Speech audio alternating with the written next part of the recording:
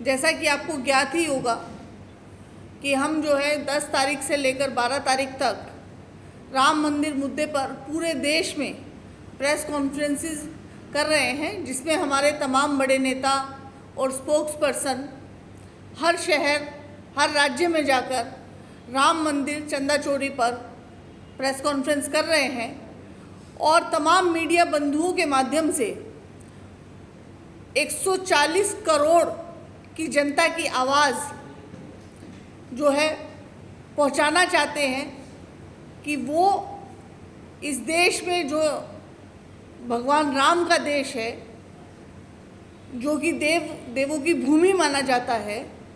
उस देश में किस तरह से भगवान राम की घर के अंदर चोरी हुई और चोरी भी की गई तो उसके चौकीदार के द्वारा। किसी ने 11 रुपये दान पेटी में डाले, किसी ने 101 रुपये दान पेटी में डाले, किसी ने करोड़ों रुपए की सोने की रामायण मंदिर को दी, किसी ने 200 किलो चांदी की ईंटें मंदिर को दी। तमाम इस तरह के दान जो अगर उनकी गिनती हो तो वो हज़ारों करोड़ में पहुंचते हैं, वो दान जो है मंदिर को दिया गया।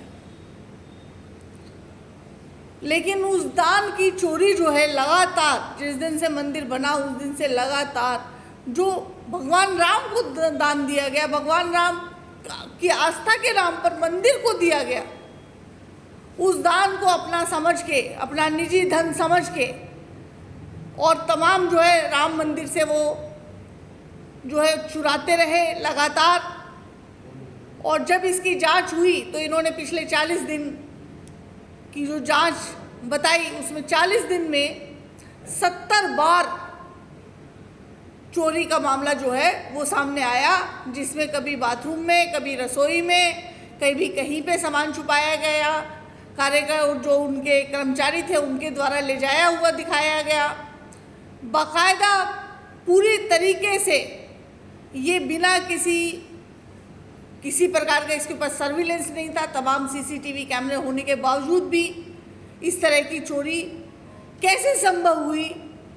जब आप पूरी तरह से प्रधानमंत्री कार्यालय से इसकी जो है चौकीदारी चल रही थी। आपको ज्ञात ही होगा कि बहुत इतिहास में मशहूर है कि मोहम्मद गजनवी जब आया तो उसने सोमनाथ को लूटा, कितनी बार लूटा, लेकिन उसने 40 दिन में 70 बार नहीं लूटा।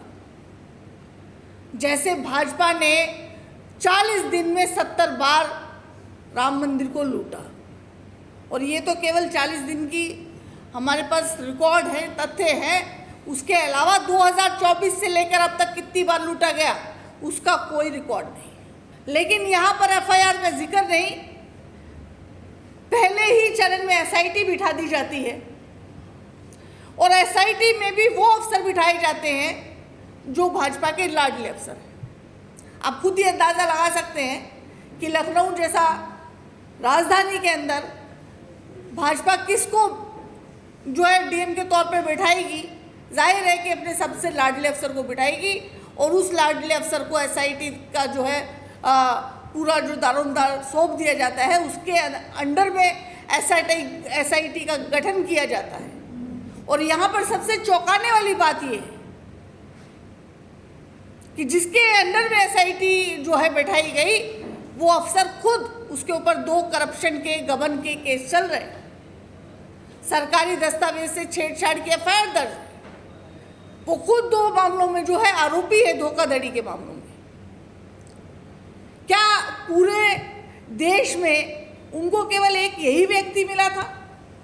जो पहले से धोखाधड़ी, गबन 420 के अंदर जिसके ऊपर केस दर्ज है एसआईटी के लिए? तो यहाँ पे बिल्कुल छोटे कीट पतंगों को पकड़कर इस चीज़ को सुलटाने की कोशिश की जा रही है, जहाँ पर जो बड़ी मछलियाँ हैं, बल्कि मैं तो कहूँगी कि बड़े मगरमच्छ जो हैं, उनको क्यों बचाया जा रहा है, उनको कौन बचा रहा है?